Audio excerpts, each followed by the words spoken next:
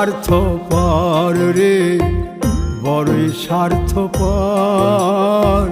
বুকের মাঝে জায়গা দিলে যতন কইরা ভাঙ্গে রে অন্তর।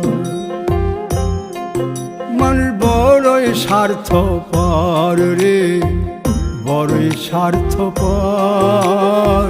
বুকের মাঝে জায়গা দিলে যতন কইরা ভাঙ্গে রে অন্তর।